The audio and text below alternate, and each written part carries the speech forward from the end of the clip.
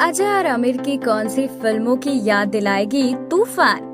कैसे संतुलन गायब है तूफान फिल्म से? क्या अच्छा है तूफान के बारे में? बॉलीग्राज स्टूडियोज में सभी दर्शकों का तहे दिल से स्वागत है।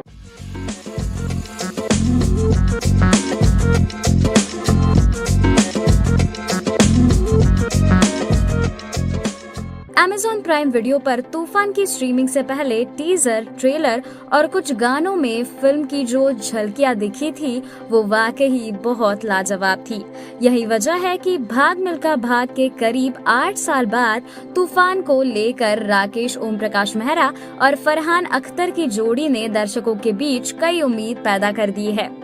लेकिन वो कहते हैं ना, हजारों ख्वाहिशें ऐसी कि हर ख्वाहिश पे दम निकली।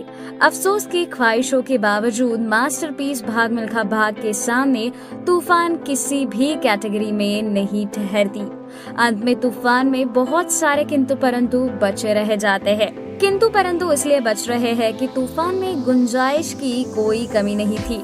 रिपोर्ट्स ड्रामा में एक भरपूर मनोरंजक कहानी थी, मगर फिल्म गैर जरूरी हादसों में फंस गई। इसने फिल्म की आत्मा को ही कमजोर कर दिया। फिर क्या फर्क पड़ता है कि फरहान अख्तर, परेश रावल और मृणाल ठाकुर ने बढ़िया एक्टिंग की। विजय राज ने और कुछ दूसरे सितारों ने भी अच्छा काम किया। राकेश मेहरा ने भी तूफान को ठीक ठाक शूट किया। अगर कहानी ही बिखर गई तो उसे फिल्म के संपादन से क्या ही और कितना ही बांधा जा सकता है।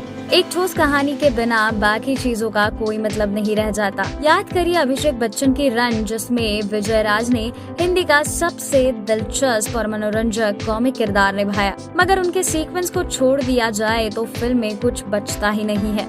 तूफान आमिर खान की गुलाम अजय देवगन की जिगर के अलावा स्पोर्ट्समैन मोहम्मद अली की बायोपिक की याद दिला जाती है।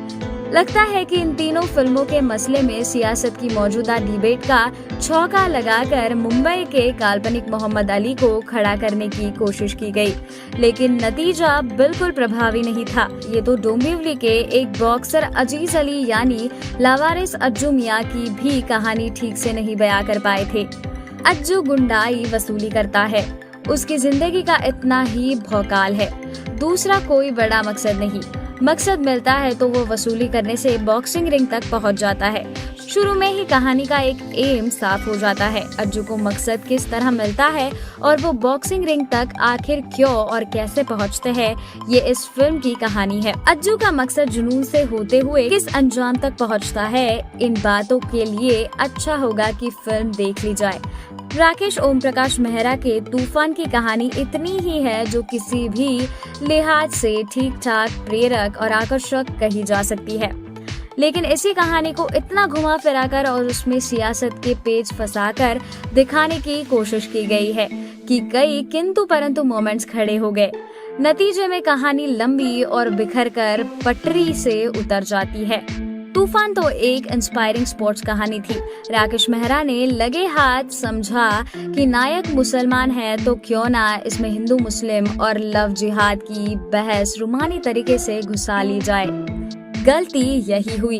तूफान की कहानी हिंदू मुस्लिम बहस और लव जिहाद के लिए थी ही नहीं। अगर राकेश मेहरा को इसी फिल्म में यही बहस करनी थी तो उन्हें कहानी को नए सिरे से शाहरुख खान स्टारर चक दे इंडिया की तरह लिखवाना था, या फिर तूफान के अलावा इस टॉपिक पर कोई दूसरी फिल्म ही बना लेती।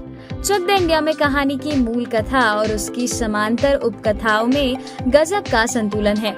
हिंदू मुस्लिम डिबेट भी थी, खेल भी है और उसका रोमांच भी है। तूफान में यही संतुलन गड़बड़ हो गया जब अज्जू मियां के कोच, जो एक कट्टर हनुमान भक्त है, वही अज्जू खुद एक मुसलमान होते हुए अपने रिश्ते को गुरु और शिष्य के तौर पर देखते हैं। और क्या फर्क पड़ता है कि डॉक्टर अनन्या मृणाल ठाकुर फिल्म में डॉक्टर असीफा होती। प्यार तो प्यार ही रहता ना, कोई फर्क नहीं पड़ता। लेकिन इससे एक चीज बेहतर होती है कि फिल्म की अनावश्यक लंबाई कम हो जाती, कहानी बिखरने से भी बच सकती थी। लगता तो यही है कि निर्माता लव जिहाद के घोड़े पर सवार होकर निकलने की फिराक में थे, लेकिन इस मुद्दे की वजह से फिल्म लोगों द्वारा ट्रोल की गई। फिल्म हिंदू मुस्लिम और लव जिहाद के टॉपिक पर आधारित थी। इसमें रिंग का रोमांस भी पर्दे पर नहीं उतरा जा सका था। याद कीजिए फिल्म जो जीता वही सिकंदर, लगान, भाग मिल्खा भाग, मैरी कॉम, चक दे इंडिया, सुल्तान और दंगल जैसी फिल्मों के मैचों के दौरान दर्शकों की सांस थम जाती थी। तूफान है तो स्पोर्ट्स ड्रामा और इसमें कई सारे बॉक्सिंग सीक्वेंसेस भी है, मगर उन्हें देखते हुए वैसी सिहरन और झुरझुरी पैदा नहीं होती जैसा ऊपर बताई फिल्मों में दिखा था। ये फिल्म की सबसे बड़ी नाकामी है। फिल्म की सबसे अच्छी बात कलाकारों का निजी प्रदर्शन है। फरहान, परेश रावल या विजय राज किस स्तर के अभिनेता है ये किसी को बताने की जरूरत नहीं है। तीनों का काम अच्छा है। किरदार में मृणाल ठाकुर की सहजता मनमोहन वाली है। दर्शक कुमार, हुसैन दलाल, सुप्रिया पाठक भी अपनी जगह ठीक है। कुछ गाने अच्छे लगते हैं। क्योंकि कोविड के दौर में फिल्में नहीं है, ऐसे में कलाकारों के अभिनय और नई फिल्म देखने की इच्छा रखने वाले दर्शक इसे एक बार देख सकते हैं। तो क्या आपको भी लगता है कि तूफान में संतुलन की कमी थी?